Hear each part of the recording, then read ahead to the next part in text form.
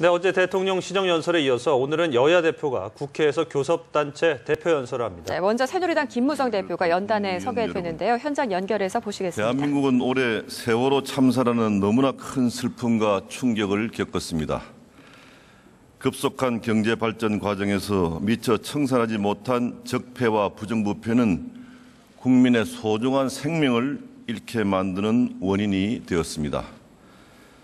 안전은 기본적으로 비용이 들고 불편할 수밖에 없는데 이러한 원칙을 도외시한 우리 사회의 폐습은 너무나 큰 대가를 치르게 했습니다. 국민을 보호하고 지켜야 할 책임 있는 사람들이 오히려 국민을 실망시켰습니다. 세월호 참사 이후 정치권이 보여준 행보는 더욱 부끄러웠습니다. 우리 국회는 지난 5월 이후 5개월 동안 단 한 건의 법안도 처리하지 못하는 식물국회로 일관했습니다.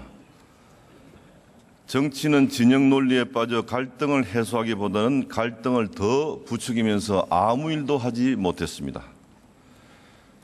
정치는 대화와 타협의 기본인데 세월호 참사라는 국민적 슬픔 앞에서도 우리 정치는 자기 주장만을 관철시키려는 극한 대립의 모습만 보였습니다. 정치가 나라를 미래와 희망으로 이끌지 못했습니다. 결국 문제의 근본은 정치였습니다. 우리 정치권이 국민으로부터 더 이상 정치가 실종되었다는 지탄을 받아서는 안 됩니다. 대한민국이 사상 초유의 위기에 직면하고 있기 때문입니다. 우리나라는 2011년 이후 줄곧 2, 3%대 저성장의 늪에 갇혀 있습니다. 새로운 일자리는 생기지 않고 국민의 살림살이는 힘들기만 합니다. 소비와 투자 심리가 위축이 되어서 돈이 돌지 않고 우리 경제를 이끌어왔던 수출에도 빨간불이 켜지고 있습니다. 삼성전자, 현대자동차 등 대한민국의 간판 기업들의 실적은 더욱 나빠지고 있습니다. 경제적 여력은 커지지 않은 가운데 복지 욕구는 분출하고 있습니다. 많은 분들이 지금의 상황을 걱정합니다. 나라의 미래가 보이지 않는다. 현재 위상을 지키기도 어렵다고 말하고 있습니다. 우리는 과연 이러한 위기를 어떻게 헤쳐나가야 하겠습니까? 저는 저성장 과잉복지로 과거의 위기를 겪었던 선진국을 타산지석으로 삼아야 한다고 생각합니다. 선진국들이 겪은 쓰라렸던 고통을 우리 대한민국이 똑같이 다시 반복하는 우를 범해서는 절대 안 되지 않겠습니까? 유럽 각국은 1960년대 고도 성장을 구가하던 시절 유러피안 드림으로 불리는 복지 체계를 구축했습니다.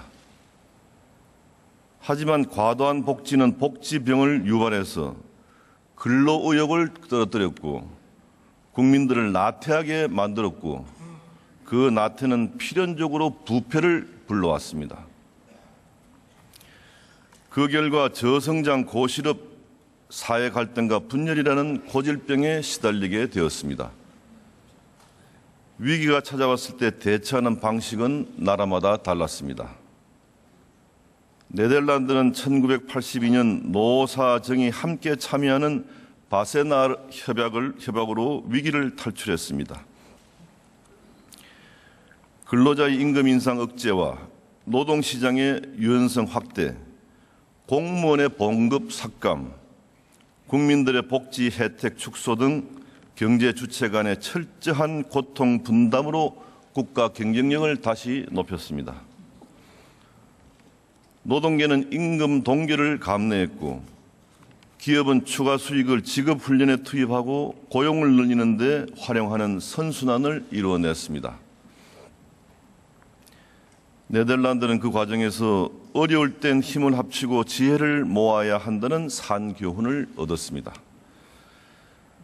노동자, 사용자, 정부가 똘똘 뭉친 네덜란드는 현재 유럽 평균 11.5%보다 훨씬 낮은 6.6%의 실업률을 기록하면서 1인당 국민소득 5만 달러대의 탄탄한 경제를 자랑하고 있습니다. 독일은 1970년대 후반과 80년대의 복지 팽창과 공공부문의 비대화, 급속한 저출산 고령화로 인해 유럽의 병자 소리를 들어야만 했습니다.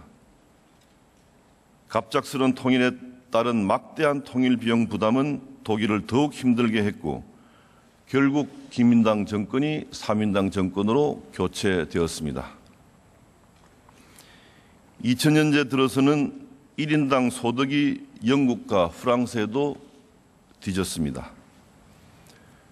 경제 위기가 심각해지자 독일 3인당의 슈레더 총리는 독일을 살리기 위해서 사회주의를 버린다라고 하면서 당의 노선까지 바꾸는 결단을 내렸습니다.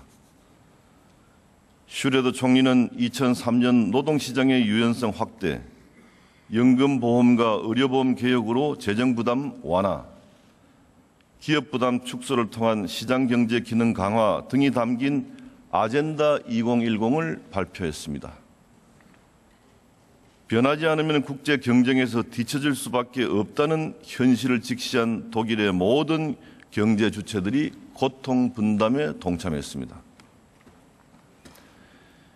그 결과 독일은 오늘날 실업률이 4.9%, 청년 실업률이 7.6%에 불과하며 유럽 경제를 이끄는 절대 강자의 위용을 뽐내고 있습니다. 북서유럽과 달리 지금 국회 본회의장에서 새누리당 김무성 대표의 교섭단체 대표 연설을 들어보셨습니다. 네.